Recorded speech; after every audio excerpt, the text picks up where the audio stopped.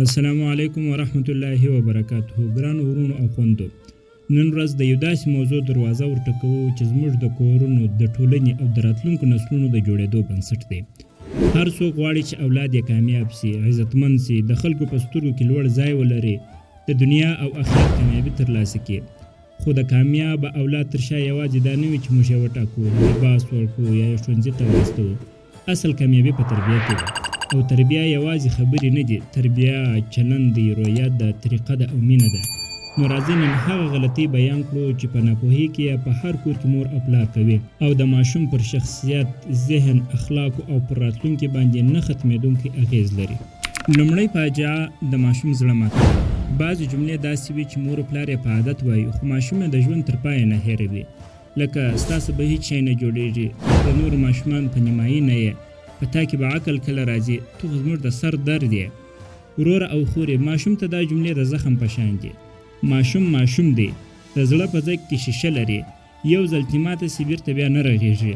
پرته له دې چې ماشوم ته سمه لاره وروښیو، مور و پلار په غوسه د هغه شخصیت خرابوي او ماشوم په زړه کې ورته وایي ښه که زه همداسې یم نو بیا ولې کوشش کوم.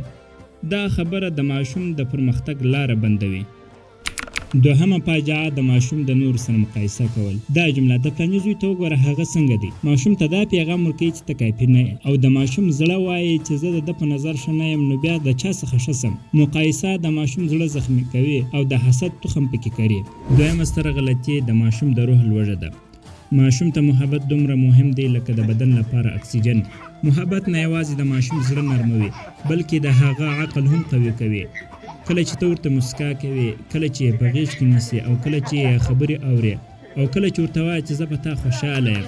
که محبت کم سي، ماشوم په کور کې ځان یتیم احساسوي. که څه هم مور و پلار یې ورسره هره ورځ وي، نو مه هېروئ محبت د تربیې اساس دی. بې مینې انسان نه جوړېږي. نبی کریم صلی الله علیه وسلم د تربیې اصول، هر اصل یې د ژوند یو انقلاب دی. لومړی اصل نرمي. نبی کریم صلی الله علیه وسلم فرمایي هر ځای چې نرمي وي ښکلا به ورسره وي. ماشوم چې خطا کوي د غصې چغې یې د زړه رنګونه پرې کوي، خو نرمي یې زړه راښکل کوي. دویم اصل تدریجي ښوونه. د ماشوم ذهن لکه نرمه خاوره، هر څه چې پرې تکرار سي همهغه شکل اخلي. له همدې امله نبی کریم صلی الله علیه وسلم یوه خبره 3 ځله تکراروله.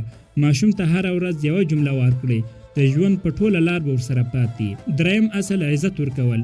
په حدیث کې راځي چې نبی کریم صلی الله علیه وسلم ماشومان ته سلام وایي. دا ماشوم ته دا احساس ورکوي چې زه هم ارزښت لرم، او ماشوم چې په کور کې عزت احساس کړي په ټولنه کې سرپورته ګرځي. د شخصیت جوړونې قوي عادتونه. دا 4 کارونه د اولاد تقدیر بدلوي. لومړی هره ورځ یوه جمله نصیحت ورته کول، لکه مثلا زوی په غوسه کې خبرې مه کوه، لورې د خلکو حق مه خوره. همدا یوه جمله د لسګونو درسونو ځای نیسي. دویم د ماشوم تعریف د ماشوم روح ته انرژي ورکوي. پرته له تعریفه ماشوم هیڅ هم نه کوي. دریم ماشوم ته لږ مسؤلیت ورکول. په کور کې لږ کار ورسپارل، مثلا لکه د کتابو سمول، د خوراک دسترخوان تیارول، د کوچني ورور خیال ساتل. دا ماشوم ته د ژوند مهارتونه ورکوي. څلورم د ګډې دعا کول عادت. هره شپه لاسونه پورته کړئ او ووایئ یا الله زموږ اولادونه د دین او د دنیا کامیاب کړي. دا جمله د ماشوم ذهن ته امنیت او محبت ورکوي. هغه عادتونه چې ماشوم تباه کوي.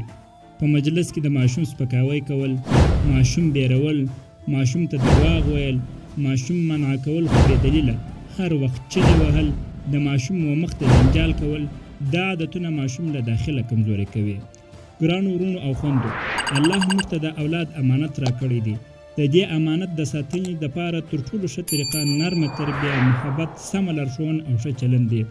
اولادونه داسې نه جوړېږي چې موږ ورته وایو چې ښه انسان جوړ سه، بلکې اولادونه هغه وخت ښه جوړېږي چې موږ ورسره ښه چلند وکړو، ښه رویه ولرو، د هغه زړونه مات نه کړو، او د نبي کریم صلی الله علیه وسلم طریقه خپله کړو.